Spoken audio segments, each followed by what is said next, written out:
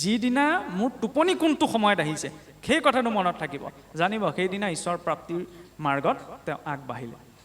কিয় কথাটো কোৱা হৈছে? কাৰণ জীৱৰ তিনিটি অৱস্থা আছে, এটা জাগ্ৰত, এটা নিদ্ৰিত, এটা সুষুপ্তি। জাগ্ৰত মানে এতিয়া ইন্দ্ৰিয়বিলাক সক্ৰিয় হৈ আছে, শৰীৰটোৱে চাল চলন কৰি আছে। শুবলৈ গ'লে সেইটো নিদ্ৰিত, বুজি পাইছে? সেই নিদ্ৰাৰ পৰা সুষুপ্তি, গভীৰ নিদ্ৰা, তাৰ মাজৰ যিকণ সময়, সেইকণ সময়ত সকলো ইন্দ্ৰিয় বিকল হৈ যায়।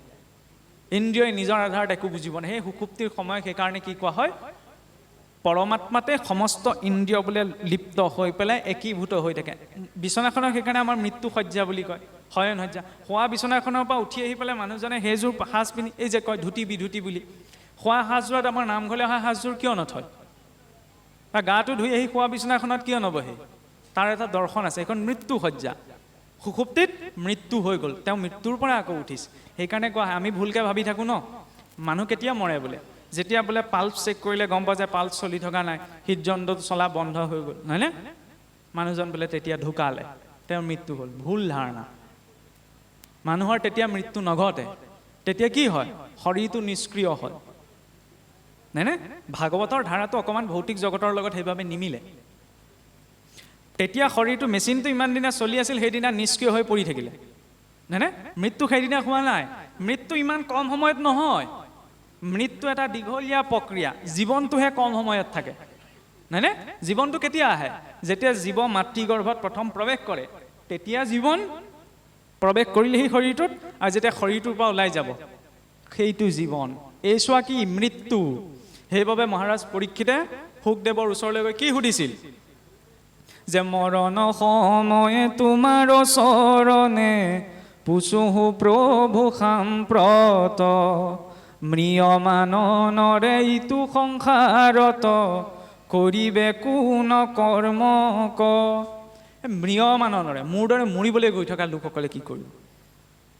এতিয়াতো মৰি মৰি গৈ আছোঁ, জীৱনৰ প্ৰতিটো ছেকেণ্ড কমি কমি গৈ আছে নাই? সেইকাৰণে চাবচোন, আমাৰ জন্মদিন উলহ মালহে পালন কৰাৰ ব্যৱস্থা নাই। আগতে কি আছিল দেখিবচোন, কিছু এতিয়া পাতিছে, সেইটো মই সমালোচনা কৰিবলৈ যোৱা নাই। আগতে আমাৰ জন্মদিন আহিলে কি কৰে? এতিয়াও আছে, এই ঈশ্বৰৰ ওচৰত শৰাই এখন দিয়ে, চাকি এগছ দিয়ে, আজি ল'ৰাটোৰ জন্মদিন বা আমুকৰ জন্মদিন। কিয়? সেইদিনা বহুত সচেতনতাৰে পালন কৰে, কাৰণ সেইদিনা সঁচাকৈ সচেতনতাৰে পালন কৰিবলগীয়া দিন। কিয় জানেনে? আৰু কেইদিন থাকিম ঠিক নাই, এবছৰ কমি গ'ল। ধেমালি কথা নে? জন্মদিন মানে মই আজি ধৰি লওক, এতিয়া মোৰ 23 বছৰ 24 বছৰ হোৱা মানে কি, এটা বছৰ কমি গ'ল, আৰু কেইবছৰ থাকিম ঠিক নাই। গতিকে ধন্যবাদ দেই, ইমানকেইটা দিন যে ভালদৰে পাৰ কৰিলা, অনাগত দিনকেইটাও যাতে ভালদৰে পাৰ হয়। এই কাটি কুটি আমি পালন নকৰোঁ নহয়, বুজিছেনে? সেয়া লাগিলে খোৱা বস্তুটোৱেই হওক, অন্য জীৱ এটাই হওক, হয়নে? মই যদি আপোনাক কষ্ট দিছোঁ, মই কষ্ট পামেই, সেইটো ধ্ৰুৱ সত্য। তাৰপিছত মই 100খন শৰাই আগবঢ়ায়ো লাভ নাই। সেই বাস্তৱিকতাটোৰ সৈতে যাব লাগে। সেই বাস্তৱিকতাখিনি জীৱনত ঈশ্বৰে আমাক দেখুৱাইছে। আৰু ভাগৱততো আৰম্ভণিতে সেইবাবে এই কথাটো কোৱা হৈছে, এই ভাগৱত কি? মৃত্যুমুখী। পৰীক্ষিত মুখ্য কথা 12 স্কন্ধৰ, নহয়নে? মহাৰাজ পৰীক্ষিতে 7 দিন 7 ৰাতি ভাগৱত শুনাৰ পাছতো তক্ষক তেওঁৰ ওচৰলৈ নোযোৱাকৈ থকা নাই, থাকিছে জানো? তক্ষকে গৈ তেওঁ দংশন কৰিছে, তাৰ পাছতহে তেওঁ শৰীৰ এৰিছে। তেতিয়াহ'লে 7 দিন 7 ৰাতি ভাগৱত শুনি কি লাভ হ'ল? তক্ষকৰ হাততেই যদি তেওঁ শৰীৰ এৰিব লগা আছিলে। তাৰ পৰা কি বুজাইছে? ভাগৱতে জীৱনৰ পোৱা নোপোৱা একো পৰিৱৰ্তন নকৰে। পোৱা নোপোৱাখিনি সেইখিনি নিজৰ কৰ্মফলত পাবই লাগিব, কিন্তু পোৱা নোপোৱাখিনিৰ প্ৰতি ভাগৱতে দৃষ্টিকোণটো সলাই দিয়ে। আজি ভাগৱত নুশুনা নুবুজাকৈ যদি ৰজা পৰীক্ষিতে মৃত্যুক পালেহেঁতেন, তেতিয়াহ'লে তেওঁ ভয়ত ত্ৰাসত মৃত্যুক ল'ব লগা হ'লহেঁতেন। কিন্তু আজি ভাগৱত শ্ৰৱণ কৰি, ভাগৱতৰ কথা বুজি তেওঁৰ মনটো ইমান নিৰ্ভয় হৈ পৰিল যে সন্মুখত সেই তক্ষক উপস্থিত হ'লেতো তেওঁ আনন্দ মনেৰে মৃত্যুক আঁকোৱালি ল'ব পাৰিছে। আৰু যেতিয়া মৃত্যুটোক আনন্দ মনেৰে গ্ৰহণ কৰিব পৰা যায়, তেতিয়াই তেওঁ মুক্তি পায়, নহয়নে? আমাৰ সকলোৱে মৰিবলৈ ভয় আছে। অৱশ্যে বয়স এটাত ধৰি লওক এটা অভিজ্ঞতা হয়গৈ, তেতিয়া কোৱা যায় এতিয়া আৰু মৰিবলৈ ভয় নাই, মোৰ আৰু চিন্তা নাই, নহয়নে? যেতিয়া পুত্ৰ ভাৰ্যা সকলোৰে ফালৰ পৰা এজন ব্যক্তি আজৰি হয়গৈ, কিন্তু নিজৰ প্ৰতিহে চিন্তা নাথাকে। নিজৰ ঘৰখনৰ প্ৰতি, ল'ৰা ছোৱালীৰ প্ৰতি, ককা আইতাকৰ নিজৰ নাতি নাতিনীৰ প্ৰতি চিন্তা এটা থাকে, হয়নে নহয়? আৰু সেই অন্তিম সময়ত যাতে হৰিক চিন্তা কৰি শৰীৰটো এৰিব পৰা যায়, সেইবাবে ইমানবিলাক বিধি ব্যৱস্থাৰ ব্যৱস্থা কৰা গ'ল। কাৰণ যেতিয়ালৈকে শ্ৰৱণৰ সৈতে চিন্তনটো যোগ নহয়, জীৱই গতি নাপায়। তাৰ প্ৰত্যক্ষ প্ৰমাণ এই কংস, নহয়নে? যেতিয়া ভগৱান কৃষ্ণ ব্ৰজধামত আছিল তেতিয়া কংসইটো পুতনাৰ পৰা আৰম্ভ কৰি পুতনা অঘাসুৰ বকাসুৰ এজনৰ পাছত এজন পঠাই আছে। পঠাই থকাৰ পাছত যেতিয়া সমস্তকে ভগৱান কৃষ্ণই বধ কৰিলে, বধ কৰাৰ পিছত কংসই ভাবিলে মই এজন এজনকৈ পঠাই আছোঁ হয়, অকলে পাই গোটেই ব্ৰজবাসীবিলাকে লগ লাগি এই মোৰ সৈন্য সামন্তবিলাকক বধ কৰি পেলায়। ভাবিলে কি মই কৃষ্ণক কিবা প্ৰকাৰে চলনা কৰি মথুৰালৈ মতাই আনে। মথুৰালৈ মাতি আনিলে নিজৰ ৰাজ্যৰ ভিতৰত তাক বধ কৰিবলৈ সুবিধা হ'ব। হয়নে? কংসই চলনাৰে কি কৰিলে অক্ৰূৰক পঠুৱাই ভগৱান কৃষ্ণ আৰু বলৰামক ৰাজ্যলৈ মতুৱাই আনিলে। ভাৱ আছিলে কি আঁতৰত মাৰিবলৈ অসুবিধা, ঘৰৰ ভিতৰত মাৰিবলৈ সুবিধা হ'ব। হয়নে? এতিয়া মথুৰা বুলি কওঁতেও চাওকচোন, মথুৰা শব্দটোৰো তাৎপৰ্য আছে। যিদৰে শব্দটোৱে ঈশ্বৰ চিন্তনৰ কথা বুজাইছে, প্ৰতিটো কথাৰে ঈশ্বৰলৈ কিদৰে দৃষ্টিকোণটো লৈ যাব বিচাৰিছে। মথুৰা নামটোও ৰাখিছিল এই ভগৱান ৰামচন্দ্ৰৰ একেবাৰে কনিষ্ঠ ভাতৃ শত্ৰুঘ্নই। যেতিয়া মথুৰা নগৰখন প্ৰতিষ্ঠা কৰিলে ঋষিসকলে সুধিলে মথুৰা শব্দটোৰ বোলে ব্যাকৰণিকভাৱে বৰ বিশেষ তাৎপৰ্য নোলায়, তাত অৰ্থ সন্ধি ভাঙিলে। তেতিয়া সুধিলে যে আগতেতো আপোনাৰ বোলে এনেকুৱা এটা ব্যৱস্থা আছিল, কি হৈছিল কথা প্ৰসংগত মনত পৰিছে কাৰণে কৈছোঁ। এই যেতিয়া বোলে ধৰি লওক পুৰুষ এজনে মানে ধৰি লওক ছোৱালী চাবলৈ যায়, হয়নে? ছোৱালী চাবলৈ গ'লে আগতে কি কৰে, এই ছোৱালীজনীয়ে ভিতৰৰ পৰা এই ব্যাকৰণৰ সূত্ৰ সোধে, অন্ততঃ 3টা। এইটো বৈদিক কালত আছিল আৰু যেতিয়া সেই ব্যাকৰণৰ 3টা সূত্ৰ ক'ব পাৰে তেতিয়াহে বিবাহৰ বাবে বোলে ৰাজি হয়।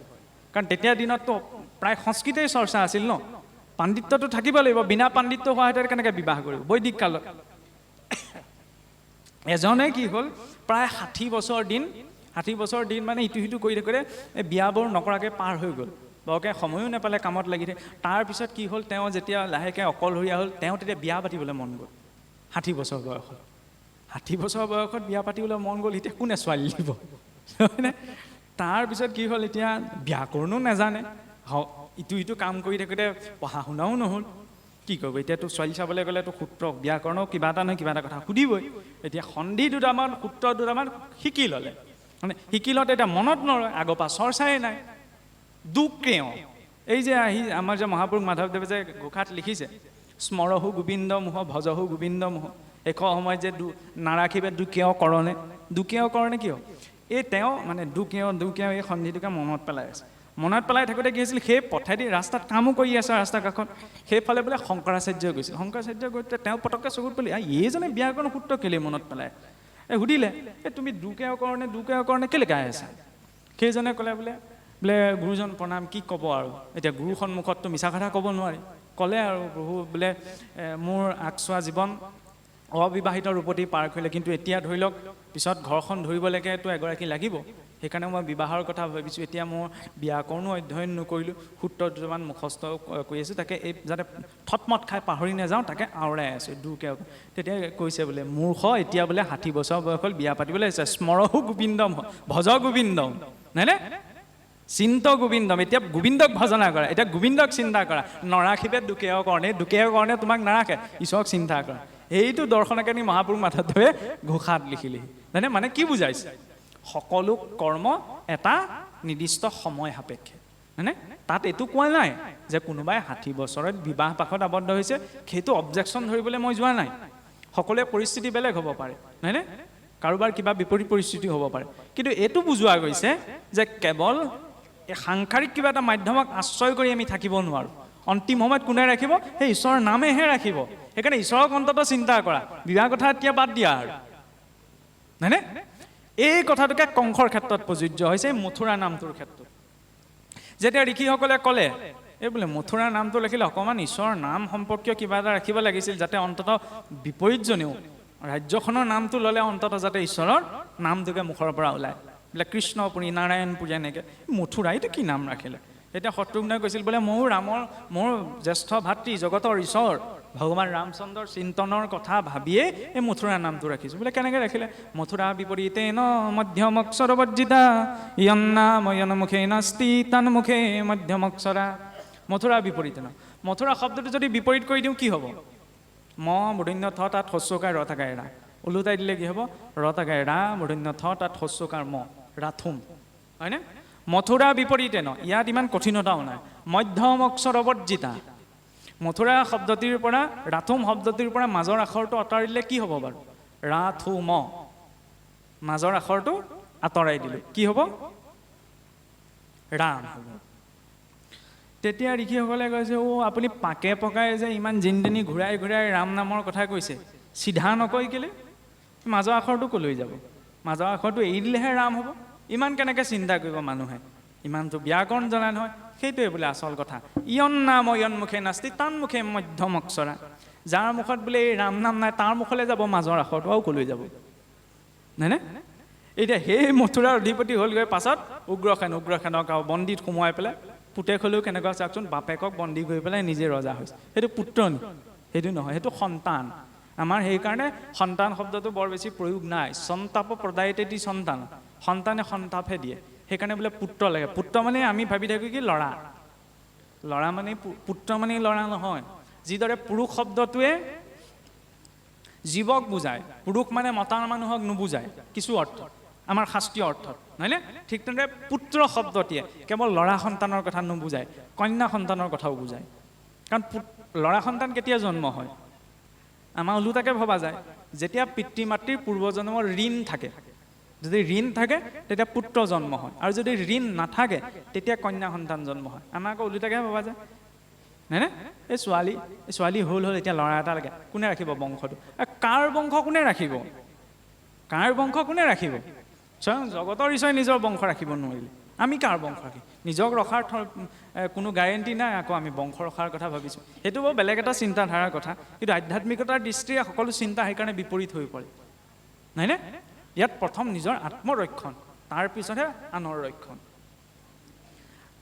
আৰু চাওক যে যদি নিজক এনেকুৱাকৈ ৰাখিব পৰা যায় মহাপুৰুষ মাধৱদেৱৰ দূৰলৈ মই নাযাওঁ মহাপুৰুষ মাধৱদেৱৰ কোনোবা বংশ পৰিয়াল এতিয়া আছে জানো আছেনে নাই ক'ৰবাত আছে যদিও আমি জানো নাজানো কোনোবা পুত্ৰ ভাৰ্যা জীয়েক বোৱাৰীয়েক একোতো পৰিচয় আমি নাজানো তেতিয়াহ'লে কি মহাপুৰুষ মাধৱদেৱ আজি আমাৰ মাজত ম্লান হৈ গ'ল নাই দিনক দিনে বাঢ়িহে গৈছে গতিকে পুৰুষাৰ্থ তেনেকৈ ৰাখিব লাগে যাতে সাতাম পুৰুষে মনত ৰাখিবলৈ বাধ্য হৈ যায় হয়নে কাম তেনেকুৱা কৰিব লাগে আৰে মদ খোৱা মানুহজনে জীৱনত অন্ততঃ 5জন মানুহক মদ আহি কৰি থৈ যায় সঁচা কথা মদ খোৱা মানুহজনে অন্ততঃ 5জন মানুহক মদ খাবলৈ শিকাই থৈ যায় মদ খোৱা মানুহজনে যদি জীৱনত 5জন মানুহ মদ খাবলৈ শিকাব পাৰিছে মই যদি নিজকে ভাল বুলি ভাবোঁ তেতিয়া 5জন মানুহক ভাল কৰি থৈ যাব কিয় নোৱাৰিম সেইটো আচল পুৰুষাৰ্থ তেনেকৈ যদি ভবা গ'লহেঁতেন আমি বহুত কিবা কিবি কৰিব পাৰিলোহেঁতেন কিন্তু কি ক'ব কোনোবা সময়ত যেন আমি এনাস্থেচিয়া এটা লৈ আছোঁ এনাস্থেচিয়াটো ল'লে কাটিলে ভাঙিলে ছিঙি দিলেও অনুভৱ নহয় হয়নে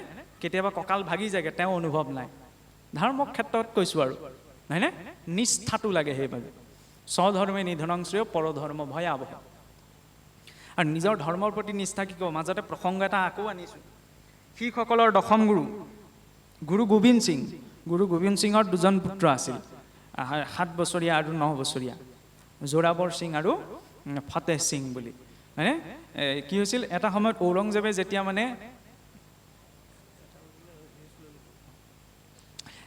ইছলাম ধৰণৰ মানে গ্ৰহণ কৰাৰ প্ৰতি তেওঁলোকক জোৰ দিছিল গুৰু গোবিন্দ সিং তো পলাই গুচি গ'ল তেনেকুৱাতে তেওঁ ল'ৰা দুজনক ধৰাই আনি পেলাই ক'লে যে তোমালোকে নিজ ধৰ্ম ত্যাগ কৰি গুৰুক ত্যাগ কৰি ইছলামত দীক্ষিত হোৱা যদি নোহোৱা তেতিয়াহ'লে তোমালোকক শিৰচ্ছেদ কৰা যাব শিৰচ্ছেদ বুলি আমি কোৱাহেঁতেন কি ক'লো নেলাগে দেই আপোনাতে শৰণ হৈ লৈছোঁ আৰু মোৰতো কটাবলৈ মোৰ ইচ্ছা নাই আমি হোৱাহেঁতেন ক'লোহেঁতেন এইটো গোড়ামী নহয় কিন্তু দেই এইটো নিষ্ঠা তেতিয়া সেই 7 বছৰীয়া 9 বছৰীয়া ল'ৰা দুটাই জানিছিল যে নিজ গুৰুৰ প্ৰতি কেনেকুৱা নিষ্ঠা থাকিব লাগে আমাৰতো উদাহৰণ আছে এই আপোনাৰ চাবলৈ গ'লে আনৰ পৰা শিকিবলগীয়া আছে নহয় মোৱামৰীয়াসকলৰ বিদ্ৰোহৰ সময়ত গুৰুৰ প্ৰতি এনেকুৱা গুৰু বাহিৰে ক'তো মূৰ নুদুৱাই হয়নে ডিঙিও কাট খাই গৈছিল হয়নে মই এইটো ক'বলৈ যোৱা নাই যে কোনোবাই একদম উফন্দালি কৰি পেলাই ক'ৰবাত ডিঙি কটাওকে কাৰোবাক একদম মানি নলওঁ বুলি যুঁজ বিগ্ৰহ কৰকে নিজৰ যিখিনি নীতি নিয়ম নিজৰ যিখিনি পৰম্পৰা নিজৰ যিটো সংস্কৃতি তাৰ প্ৰতি নিষ্ঠাটো লাগে নিজৰ সংস্কৃতিক অপমান কৰি কোনো আগবাঢ়িব পৰা নাই নহয়নে অন্য সংস্কৃতিক অপমান কৰিবলৈ কোৱা নাই কিন্তু নিজৰখিনি যাতে এৰি নিদিয়ে নিজৰ সংস্কৃতিক যাতে অপমান নকৰে কাৰণ আজি নিজৰ সংস্কৃতি অৱক্ষয় হৈছে আনুষ্ঠানিক উৎসৱহে বাঢ়িছে নহয় জানো? মাঘ বিহুৰ দিনা মেজি জ্বলাবলৈ ল'ৰা ছোৱালী ওলাই নাহে বৰকে, হয়নে? 31 ডিচেম্বৰ দিনা আকৌ গোটেই ৰাতিটো সাৰে থাকে নহয়। সমস্যাটো সেইখিনি। পাতক, আপত্তি নাই, কিন্তু নিজৰখিনিও ৰাখক না। তাৰ বাবে দৰ্শনটো বুজাই দিয়াৰ প্ৰয়োজন। আজি বৰদিন কেতিয়া আহে সকলোৱে জানে, নাই জানে? আপোনাৰ এইবিলাক কি আছে ক'বলৈ বেয়া আৰু, ভেলেণ্টাইন্স ডে ইত্যাদি ইত্যাদি এনেকুৱা ধৰণৰ এইবিলাক চব পালন কৰে, নহয়নে? কিন্তু নিজৰ সংস্কৃতিৰ উৎসৱটো এতিয়া ল'ৰা ছোৱালীক সুধিবগৈচোন। আন বাদ দিয়ক, অসমীয়া মানুহৰ ল'ৰা ছোৱালীয়ে অসমীয়া কেলেণ্ডাৰখন চাব জানে নাজানে তাক সুধিবগৈ। তাৰপিছত অসমীয়া ৰক্ষা পৰিব, হয়নে? আগতেতো ঘৰত শিকোৱা হয় মাহেকত কেইটা পক্ষ আহে, নহয়নে? এটা মাহত কেইটা তিথি থাকে সুধিবগৈচোন, নোৱাৰে ক'ব। যি অসমীয়া কেলেণ্ডাৰখন চাব নজনা হৈ থাকিলে সি নিজৰ সংস্কৃতি কেনেকৈ ৰক্ষা কৰিব? কেৱল অনুষ্ঠানত থাকিলেই নহ'ব নহয়। আগতেতো ঘৰত শিকোৱা যায় ন, অয়ন কেইটা, আজিকালি সুধিবগৈচোন। সকলোকে কোৱা নাই, ক'ব নোৱাৰে। কিয়? সেইখিনি চৰ্চা নাইকিয়া হৈ গ'ল। সেইখিনি লাগে, কাৰণ প্ৰতিটো বস্তু এটা বহুত গভীৰ দৰ্শন আছে। আৰু যাই হওক, এতিয়া কি হৈছিল, সেই মথুৰালৈ যেতিয়া মতাই আনিলে, মতাই অনাৰ পাছত দেখিলে কৃষ্ণই প্ৰৱেশ কৰিয়ে চানুৰ মুষ্টি আৰু কুবলয় ষষ্ঠী, কুবলয় নামৰ যিটো হাতী আছিল, এই তিনিওটাকে একেলগে বধ কৰিলে। তেতিয়া কংসই ভাবিলে মই ডাঙৰ ভুল কৰিলোঁ। সিদিনালৈকে মৃত্যুটো আঁতৰত আছিল, অন্ততঃ অকণমান শান্তিয়ে থাকিব শুব পাৰিছোঁ, আঁতৰত আছিল। এতিয়া মই কি মৃত্যুটোক নিজৰ ঘৰলৈ নিজেই মাতি আনিলোঁ। যেতিয়া ইমান শক্তিশালী চানুৰ মুষ্টিক বধ কৰি পেলালে কংসৰ বহুত ভয় সোমাই গ'ল। মৃত্যু আহি এতিয়া মোৰ দুৱাৰদলিত উপস্থিত হ'ল। তেতিয়া কংসই কি ভাবিলে, কংসৰ খোৱা শান্তি নাইকিয়া হ'ল আৰু। কিবা এটা খাবলৈ লৈ খোৱা বস্তুটো কৃষ্ণকেই দেখে, কৃষ্ণই মাৰি পেলাই আহিছে, ফলত খোৱা বস্তুটো দলিয়াই দিয়ে। যেতিয়া মানুহে চক খায় গোটেইখনতে ভূত পেটেই দেখিবলৈ থয়। কংসৰ সেই অৱস্থাটো তেনেকুৱা হ'ল। মনটো ভাল লাগক বুলি উপবনত অকণমান খোজকাঢ়িবলৈ যায়, আঁতৰৰ পৰা চিকিমিকিকে দেখে কৃষ্ণই যেন মাৰিবলৈ খেদা মাৰি আহিছে। শুবলৈ লাহেকৈ চকুকেইটা মুদে, সপোনতো কৃষ্ণকেই দেখে, শুবও নোৱাৰা হৈ থাকিল। বোলে ভুঞ্জন্তে ভ্ৰমন্তে উঠন্তে বৈষন্তে কৃষ্ণক চিন্তে সদায়, সকলে জগত হৰিময় দেখে, সুখ শান্তি তাৰ নাই। এনেকুৱা সুখ শান্তি নাইকিয়া অৱস্থা এটা আমিও কামনা কৰিব লাগে, যাতে খাওঁতেও ভগৱানকেই দেখোঁ, আঁতৰলৈ ক'ৰবালৈ গ'লে ভগৱানকেই দেখোঁ, কাৰোবাক কিবা এটা কওঁতেও ভগৱানকেই দেখোঁ। কিন্তু সেইটো সুখ শান্তি এতিয়ালৈকে আমি পোৱাগৈ নাই। কংসৰ কি হৈছিল, ইমানেই ভয় সোমাই গ'ল, চবতে কৃষ্ণকেই দেখিলে, সুখ শান্তি নাইকিয়া হ'ল। কিন্তু কৃপা কেনেকৈ হ'ল চাওকচোন। এই যে হৰিৰ চিন্তন হৈ থাকিল, কৃষ্ণৰ নাম লোৱা নাই, কৃষ্ণক ভজনা কৰা নাই, নহয়নে? কৃষ্ণক প্ৰতি ভয় সোমাবৰ কৃষ্ণৰ যে চিন্তন হৈ থাকিল, অন্তিম সময়ত কৃষ্ণৰ ৰূপটোকে সন্মুখত থাকিল। অন্তিম সময়ত যিটো ৰূপ চিন্তন মনত থাকে তাৰ অনুৰূপতেই জীৱই গতি পায়। ইয়ং ইয়ং ভাৱ স্মৰে নিত্যম তজ্জন্তেব কলেবৰং তং তমেবতী কুন্তেয় সদা তৎ ভাৱ ভাবিত, হয়নে?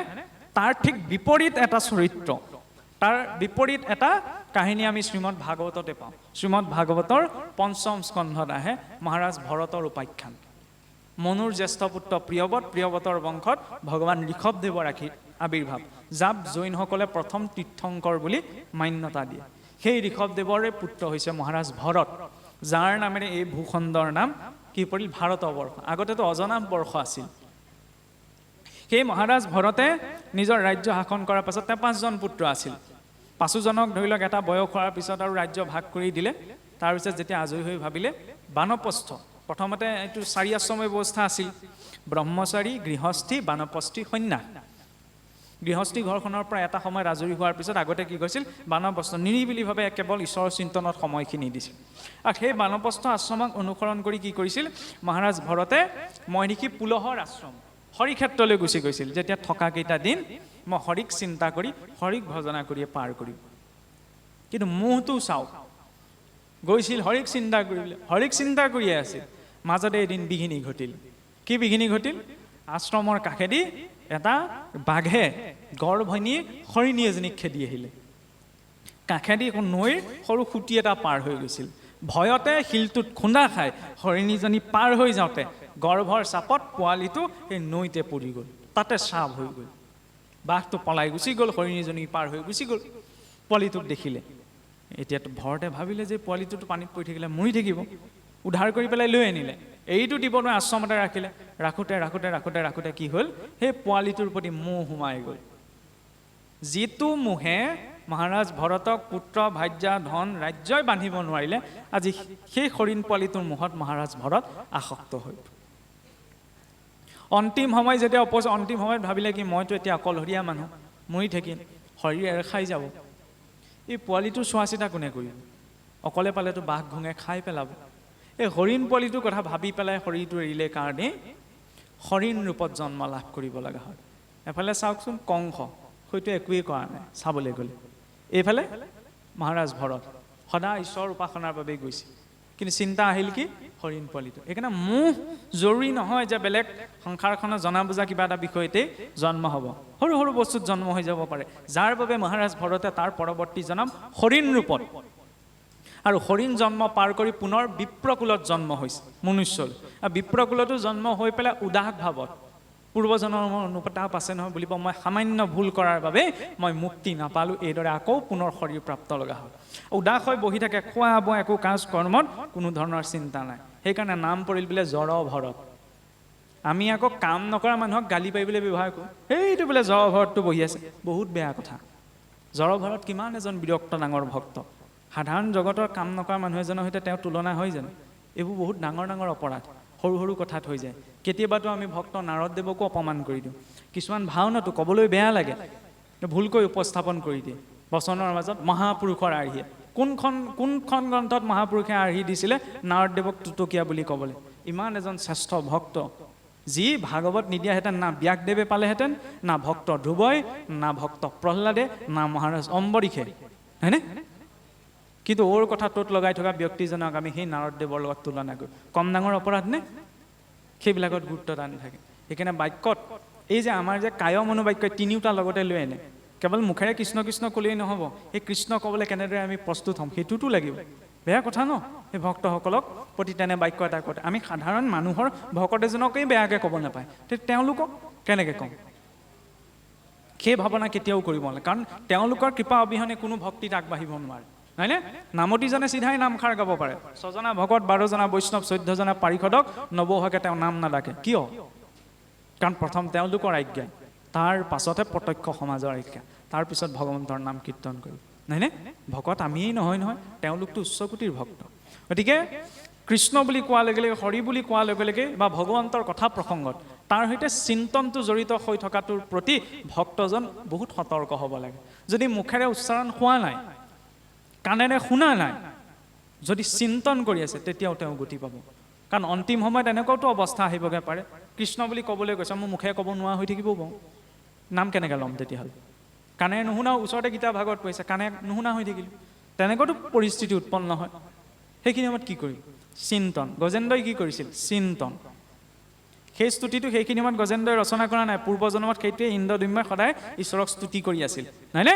এই যে অভ্যাসটো আছিল সেইকাৰণে প্ৰাণৰ সংকটৰ বেলিকা মনত পৰি গৈছিল গুৰু বাক্য সেইকাৰণেই দিয়ে পুৱা গধূলা অইন একো মনত নাথাকিলেও যাতে সেইটা ৰিপিট হৈ থাকে সংকটৰ বেলিকা যাতে সেই গুৰু বাক্যটো মনলৈ আহে হয়নে এইটো নহয় যে সদায়নো একেখিনিকে কিমান গাই থাকিম নতুন কিবা এটা হ'লে নতুন গাই থাকোঁ ঘোষা আছে কীৰ্তন আছে গীতা আছে ভাগৱত আছে যি শাস্ত্ৰ নপঢ়ে যেনেকুৱা স্তুতি নকৰে কোনোবাই সংস্কৃতত গাইছে কোনোবা পদত গাইছে কোনোবাই দুলৰি গাইছে দিহানাম গাইছে গাই থাকক কিন্তু তাৰ সকলো প্ৰসংগত কীৰ্তনতো ঢেৰ আছে ঘোষাও ঢেৰ আছে সেইবিলাকতো ভগৱন্তৰ গুণলীলা কীৰ্তন তাৰ লগতে স্পেচিফিক বস্তু কি এই গুৰু বাক্য যাতে সদায় ৰিপিট হৈ থাকে ইন্দ্ৰদ্যুম্নই সদায় চিন্তা কৰি আছিল সেইকাৰণে গজেন্দ্ৰৰ মুখৰ পৰা অন্তিম সময়টো আহিলেগৈ এই অন্তিম সময় এতিয়া ভাওহে জুৰি আছোঁ এতিয়া আখৰা কৰি আছোঁ আচল ভাওনাখন অন্তিম দিন ওলাব এতিয়া প্ৰেক্টিচ তাৰ বাবে কৰি থকা হৈছে আৰু যাই হওক